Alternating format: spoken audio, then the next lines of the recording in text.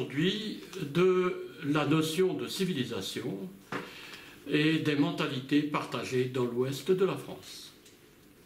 Que faut-il pour que les hommes puissent fonder une société durable, un peu régulière?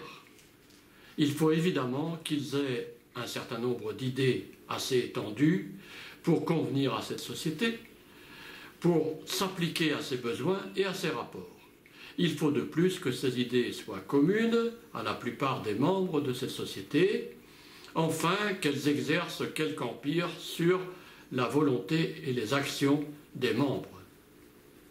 L'écrivain François Guizot, au début du XIXe siècle, justifie ainsi le sens qu'il a choisi de donner au mot « civilisation » et que nous pouvons résumer ainsi « société humaine durable et régulière partageant de grandes valeurs communes qui guident la volonté et l'action de ses membres ».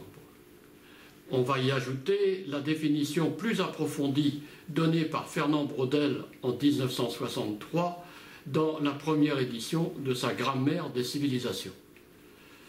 À chaque époque, écrit-il, une certaine représentation du monde et des choses, une mentalité collective dominante, pénètre la masse entière de la société.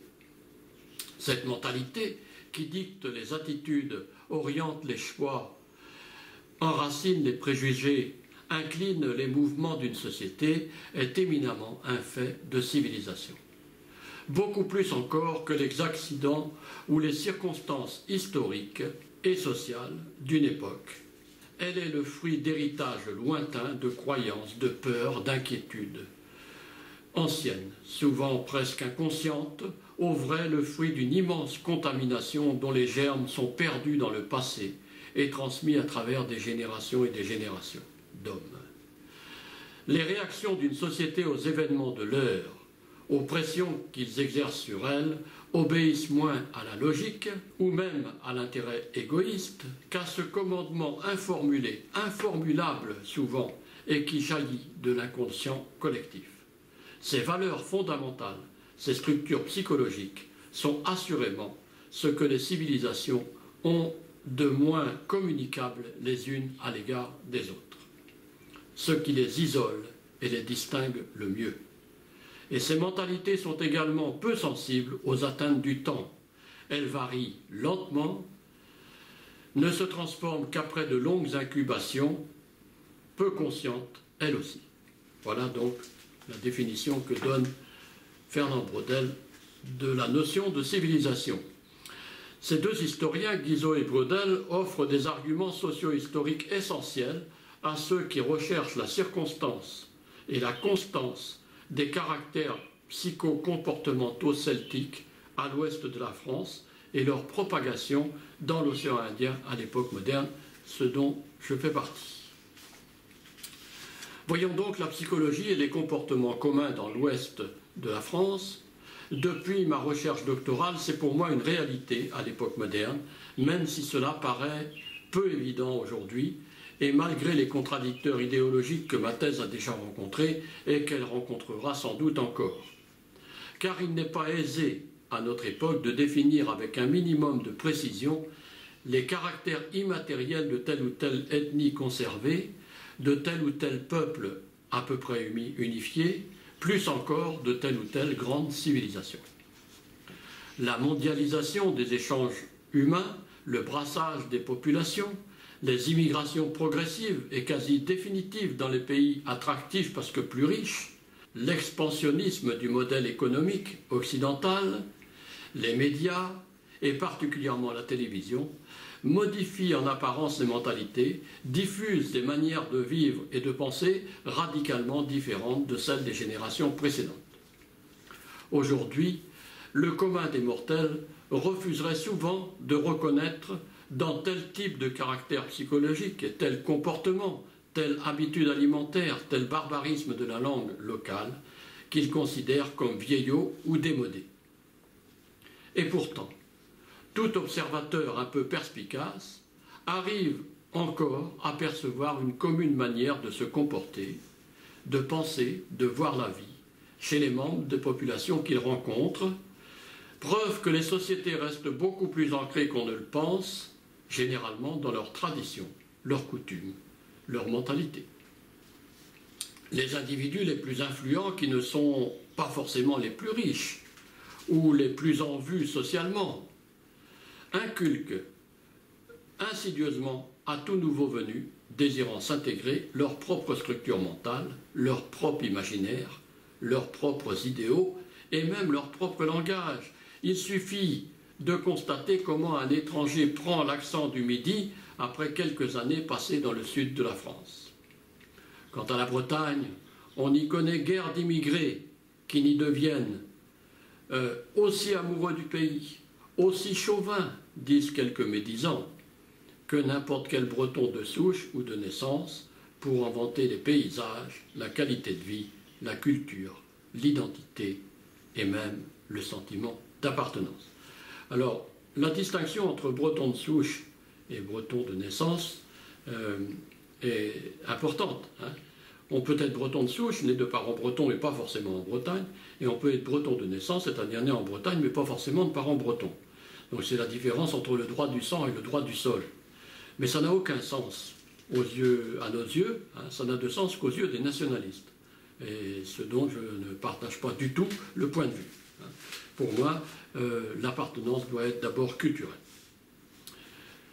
Le succès du film de l'humoriste Danny Boone, alias Daniel Amidou, Bienvenue chez les Ch'tis, montre en tout cas l'attachement que les Français, quelle que soit leur province d'origine, conservent à l'égard des us et coutumes locaux, de leur langue régionale, de leur particularisme. L'homme nouveau de l'époque des Lumières, celui que Robert Muchenblade appelle l'homme honnête du XVIIe siècle ou l'homme éclairé du XVIIIe siècle, tout comme le bon citoyen républicain voulu par les révolutionnaires de 1789 et formaté en masse par les instituteurs hussards de la Troisième République, n'existe que par l'utopie de quelques gouvernants français. Alors j'ai évoqué Robert Muchenblade, c'est un historien français né à Liévin en 1944, spécialiste de l'époque moderne. Alors, l'humain est certainement l'animal domestique qui accepte le moins bien son dressage. Quand il consent enfin à obéir, ce n'est jamais comme le voudraient ses dresseurs.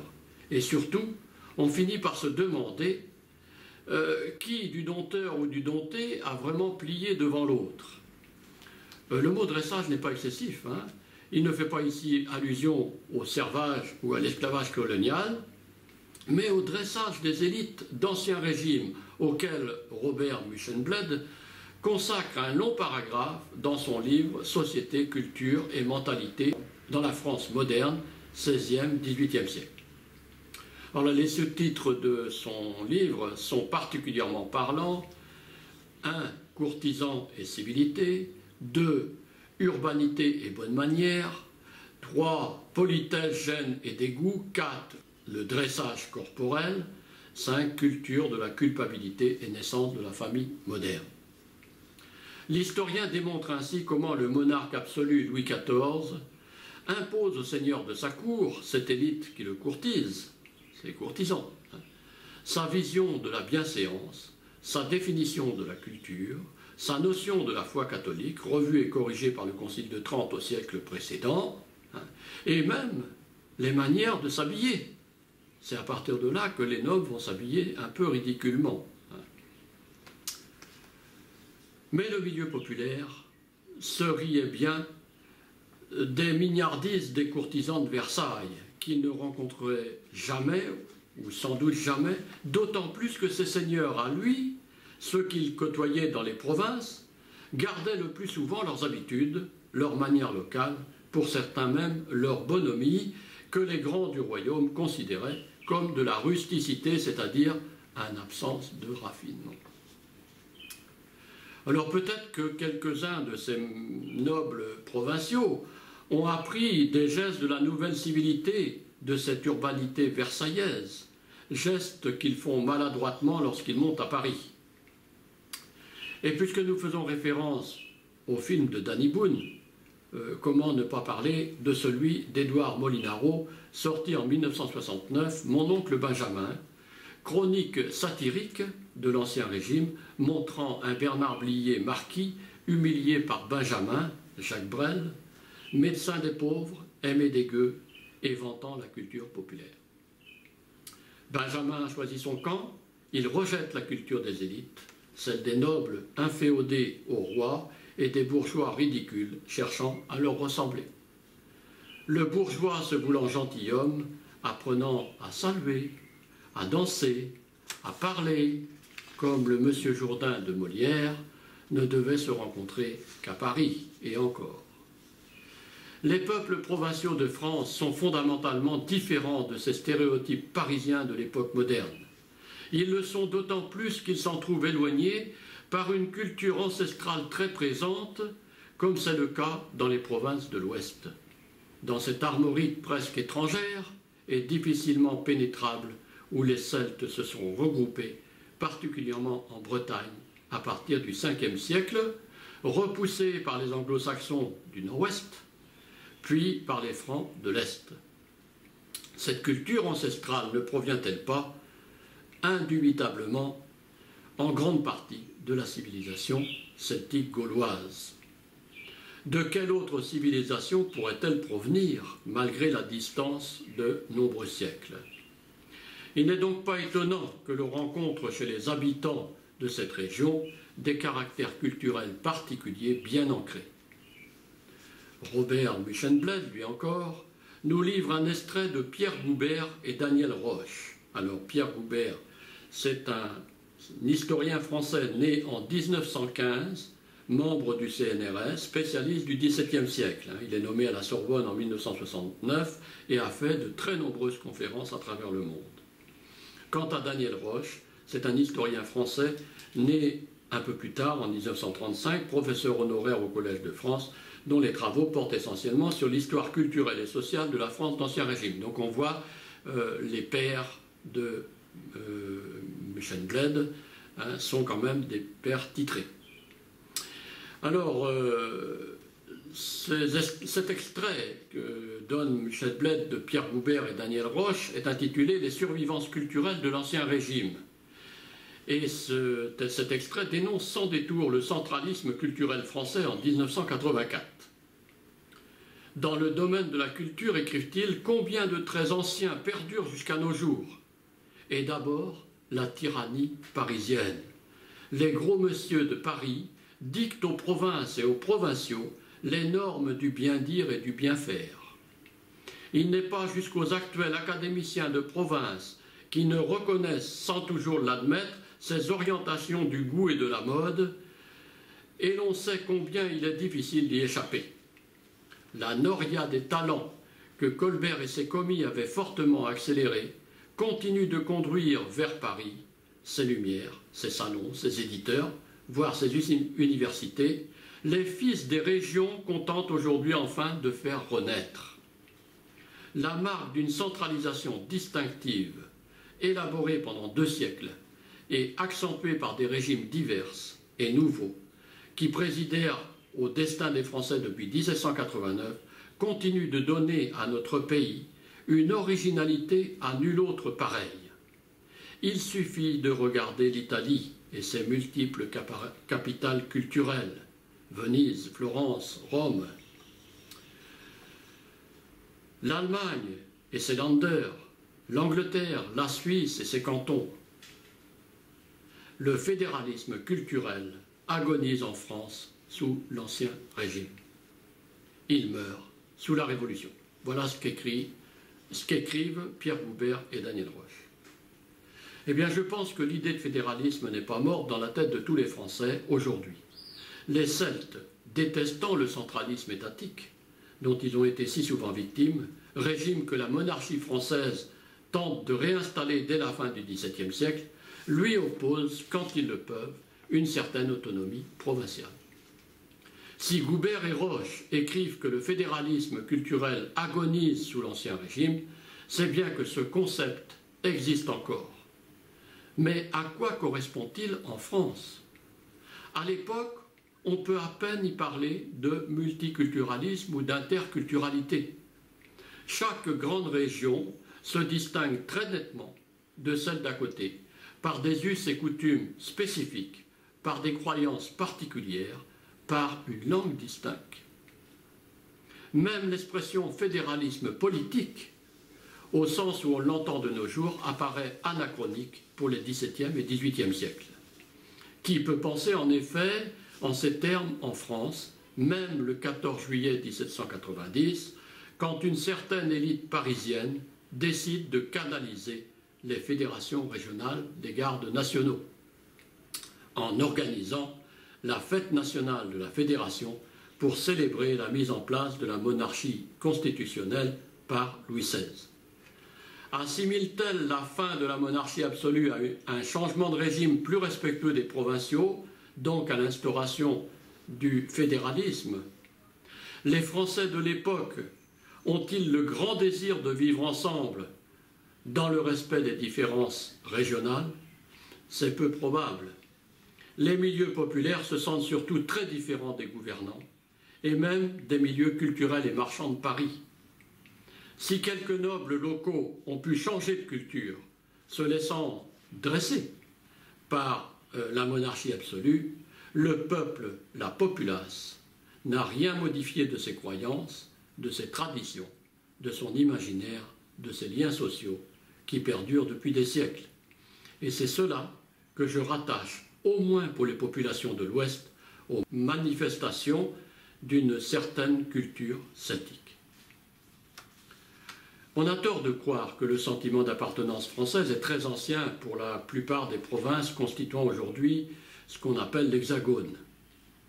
Le nom même de France ne peut être accordé à un territoire défini et aux populations qui l'occupent qu'à partir du XVe siècle et avec beaucoup de réserves concernant certaines provinces réputées étrangères jusqu'à la Révolution.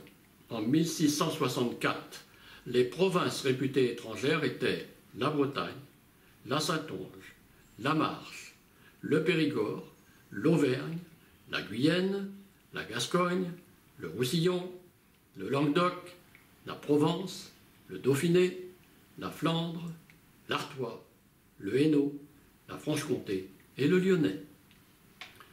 Elles votent leurs propres impôts, ont chacune une cour des comptes programmant leur utilisation et doivent approuver la part revenant au roi, ce qui fait l'objet de nombreux litiges et de fortes contestations de leur Parlement, surtout quand Versailles réclame encore plus d'argent, comme c'est le cas sous Louis XIV qui fait de nombreuses guerres.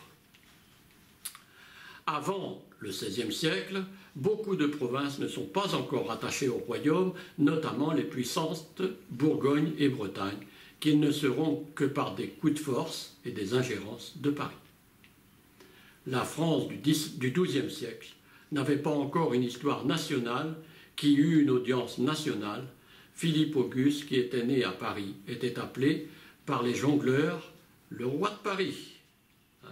C'est une citation de Joseph Riault, qui est historien breton, dans Les mythes fondateurs de la Bretagne, édition Ouest France en l'an 2000. Jusqu'au début du XVe siècle, la moitié nord-ouest de l'actuel Hexagone se trouve sous le contrôle des Anglais par les Plantagenets angevins, devenus ducs de Normandie en 1144 et rois d'Angleterre en 1154. À cette époque, le domaine royal français se limite pour l'essentiel au bassin parisien, avec des liens de vassalité mal assurés en Flandre, en Bourgogne et en Champagne, tandis que la suprématie anglaise, avec les ducs de Normandie, s'exerce de la Normandie au Grand-Duché d'Aquitaine et même au-delà vers le centre-est. Les Plantagenets, bien qu'ambitieux, ne se sont pas imposés essentiellement par la force. En 1152, ils règnent sur le Poitou et l'Aquitaine par le mariage du plus important d'entre eux, Henri II, avec Aliénor d'Aquitaine, ancienne reine de France. Elle avait été répudiée par le roi de France et s'est mariée avec son ennemi. Un an auparavant, Henri II avait obtenu de son père le duché normand et petit-fils du roi d'Angleterre, il hérite du trône britannique à la mort de son grand-père en 1154. Même le duc de Bretagne, Conan IV, plutôt anglophile, s'allie à lui contre l'esprit expansionniste des Francs. Le principal acte de guerre d'Henri II est d'assiéger Toulouse pour tenter de rallier le Languedoc, mais il se contentera d'en annexer le Quercy. Son prestige est considérable en Europe. Il perfectionne l'administration de son vaste royaume et s'entoure de conseillers flamands, normands, poitevins, anglais. Les populations de l'immense territoire sur lequel il règne ne deviennent pas culturellement anglaises. Elles restent normandes, mainoises, angevines, tourangelles, guyanaises, gasconnes, limousines, auvergnates, mais elles savent qu'un Plantagenet, duc de Normandie, est désormais roi d'Angleterre. Ces populations ne se sentent pas non plus françaises. Pour le laboureur, l'artisan, le paroissien, la question d'appartenance française ou anglaise ne se pose même pas. Par contre, ils savent tous très bien que les princes de leur province font cause commune contre l'ambitieuse monarchie capétienne franque de Paris. Au siècle suivant, le nouveau roi de France, Philippe Auguste, procède bien par des conquêtes guerrières. Donc il obtient ainsi la Normandie, le Maine et l'Anjou, n'arrivant pas cependant à faire accepter ses volontés hégémoniques à des territoires qualifiés de fiefs mouvants de la couronne. Ça c'est une appellation d'aujourd'hui, fief mouvant de la couronne. Bizarre. On ne sait pas si ça appartient au roi ou pas, quoi. Ouais. Curieuse appellation de province encore très indépendante qui ne se dit certainement pas française à l'époque. L'autorité du roi des Francs, qui ne commence à se faire nommer Rex Franci qu'en 1204, se limite encore à celle qu'autorise le lien de vassalité et ne porte donc que sur les seigneurs eux-mêmes, à l'exclusion de leur territoire et de la population de ceux-ci, et même des propres vassaux de ces seigneurs. Donc si le roi lui-même ne peut revendiquer l'appartenance à son royaume des domaines de ses vassaux, comment les populations qui les habitent pourraient-elles avoir une conscience de leur francité? Jusqu'en 1453, date à laquelle les Anglais sont chassés du continent, ne conservant que Calais à la fin de la guerre de Cent Ans, la notion de France en tant qu'État et territoire reste aléatoire et très limitée. D'ailleurs, durant ce long conflit continental entre Anglais et Français, ou plutôt entre Plantagenets et Capétiens, les premiers se disant rois légitimes d'Angleterre et de France, et les seconds rois de France seulement, mais de droit divin, la monarchie française a véritablement failli sombrer. En 1420, le traité de Troyes prévoyait que Charles VI, le roi de France donc, déshérite son fils au profit d'Henri V, le roi d'Angleterre. Ça ne s'est pas fait. Toutes les provinces de l'Ouest demeurent donc sous l'influence anglaise pendant près de 3 siècles. Parmi elles, seule la Bretagne peut véritablement être considérée comme un pays indépendant, la Normandie, le Maine et l'Anjou compris, ayant été conquise par Philippe Auguste en 1204, nous l'avons vu. Le Poitou, lui, ayant été réuni au domaine royal en 1316. Et cela ne signifie pas évidemment que les Poitevins, comme les Normands et les Angevins, ont dès le XIVe siècle le sentiment d'appartenir à la France et qu'ils ont souhaité ce rattachement. Bien au contraire, puisque les historiens précisent que l'annexion du Poitou s'est faite malgré la rébellion des seigneurs poitevins. D'ailleurs, près de 200 ans après, c'est-à-dire au XVIe siècle, les habitants de Poitiers, apprenant que Charles VIII gardait rancune aux Parisiens qui lui avaient refusé un subside, voulurent en profiter pour ravoir leur parlement, qu'ils regrettaient toujours. Et en 1496, ils envoyèrent une députation au roi qui se trouvait à Lyon. Alors bien entendu, cette revendication d'autonomie du Poitou restera sans suite, mais elle montre bien que même parmi les élites poitevines, le sentiment d'appartenance française n'existe toujours pas et que les populations n'ont qu'un souhait, revenir à la situation antérieure lorsqu'elles géraient elles-mêmes leurs affaires dans leurs parlements locaux. À l'évidence, le temps n'y changera rien, puisque les pays du Grand Ouest montreront à la fin du XVIIIe siècle, face aux excès des révolutionnaires parisiens, que la rébellion contre la France est toujours présente dans l'esprit de leurs habitants. Cette attitude de défiance, cet entêtement à résister plus qu'ailleurs au centralisme étatique parisien, ne peuvent s'expliquer que par la prégnance du caractère celte, issu d'Épictone pour les Poitevins et de la Confédération armoricaine pour les Bretons et les Normands à l'époque gallo-romaine. Ce sont là des caractères de civilisation qui se maintiennent depuis la nuit des temps. Car, comme l'a répété Fernand Braudel, les civilisations ne meurent pas. De même que dans l'espace, elles transgressent les limites des sociétés précises, qui baignent ainsi dans un monde régulièrement plus vaste qu'elles-mêmes, et en reçoivent sans doute toujours être conscientes des impulsions particulières, d'eux-mêmes s'affirment dans le temps, à leur bénéfice, d'étranges héritages incompréhensibles pour qui se contentent d'observer, de connaître le présent au sens le plus étroit. Eh bien, ce sera là ma conclusion.